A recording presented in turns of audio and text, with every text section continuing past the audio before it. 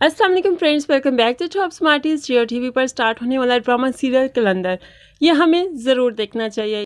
ये हमारे ईमान को बहुत मजबूत कर देगा। इसकी मुकम्मल स्टोरी आपसे बयान करती हूँ और कैसे ईमान को स्ट्रॉन्ग करेगा ये भी मैं आपको बताऊँगी।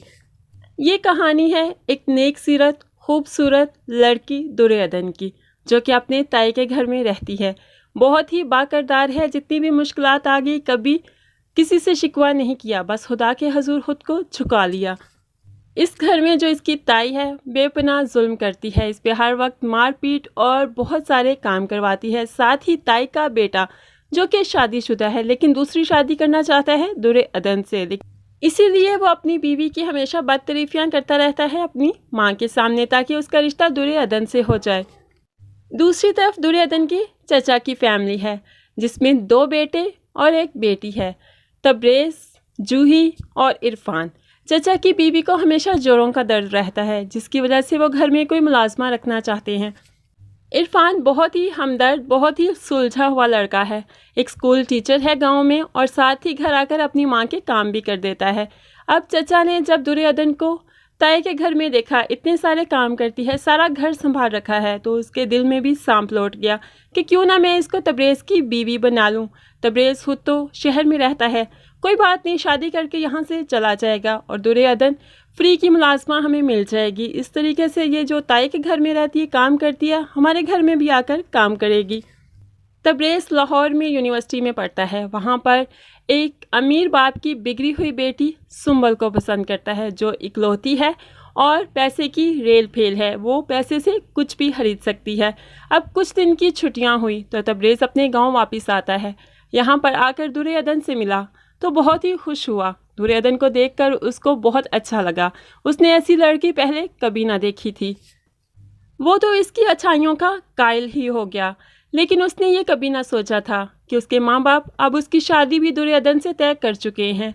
लेकिन है, अब इन्हीं छुट्टियों में तब्रेज़ की दुर्योधन से शादी हो जाएगी। दुर्योधन बहुत खुश है कि मैं जो चाहती थी उससे भी बढ़कर मेरे खुदा ने मुझे दे दिया। दुर्योधन ने कभी भी नाशुक्री नहीं की। यहाँ पर तब्रेज़ बहुत गमगीन है क्योंकि वो ऐसा लाइफस्टाइल नहीं चाहता। उसे तो सुंबल से शादी करनी है और बहुत अमीर होना है। माँ बाप ने यकीन दिला दिया, तुम शहर में जाके जो कुछ मर्जी करो, हमें तो सिर्फ एक काम वाली की ज़रूरत थी बहू की सूरत में, इसलिए बहू भी घर आ गई। इसे मुआवजा भी नहीं देना पड़ेगा। घर वाले इस पर बहुत जुल्म करते हैं। सास तो सास, अब नंद भी सास बनकर ही इसके सामने खड़ी हो जाती है, लेकिन तब्रेज़ कुछ नहीं बोलता। वो इसको हमेशा नीचे दिखाने में लगा रहता है। दुर्योधन रोती धोती रहती है, लेकिन कभी भी अपनी ज़ुबान पर शिकवा नहीं लाती। वो समझती है कि उसका खुदा उससे यही चाहता था, शायद ये उसकी एक आजमाइश है। वो अपनी आजमाइश में पूरा उतरना चाहती है। तब्रेज़ खुद को कोई हवा चीज़ ही समझता है। वो खुद को बहुत आला और छोटे भाई को बहुत कमतर समझता है, क्योंकि वो तो जॉब गांव में करता है और तब्रेज़ रहा शहर का शहरी। शहर वापस चाहता है, सुंबल से दोबारा मिलेगा। अब तो सुंबल ने इसको प्रपोज ही कर दिया, शादी करना चाहती हूँ तुमसे। तब्रेज़ की तो जैसे दिली मुराद ही पूरी हो गई। सुंबल से रिश्ते में बन जाता है। अब पीछे क्या होगा ये तो उसको पता ही नहीं। यहाँ पर ऐशो इशरत की ज़िंदगी गुजारने लग जाएगा। दौलत की रेल फेल ने तो इसकी आंखों के आगे पट्टी बांध दी। लेकिन सुंबल इतनी अच्छी नेचर की लड़की नहीं। उसे तो सिर्फ पैसा फेंक तमाशा देख की आदत है।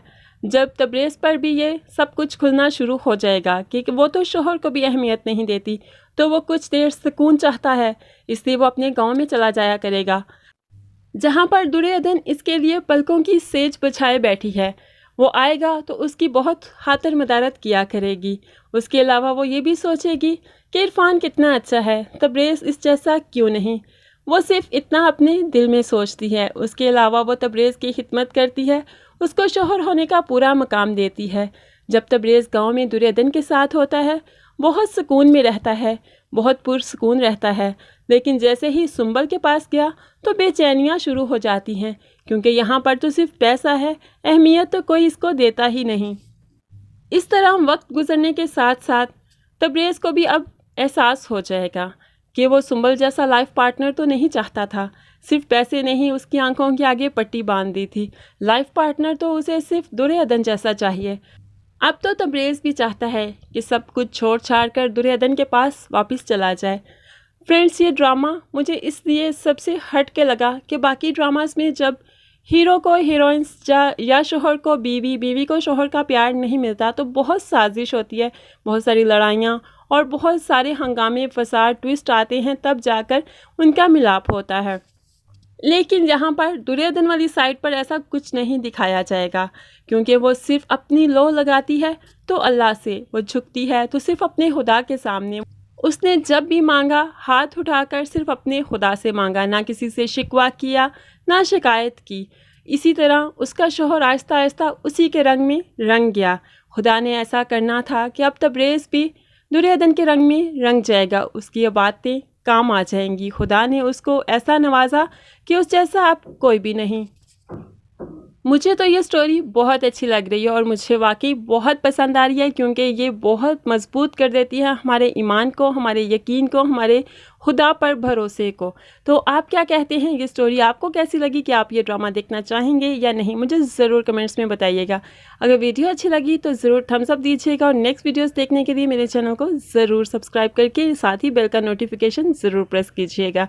दुआ में याद रखिएगा, अपना बहुत ख्याल रखिएगा। अल्लाह हाफिज़।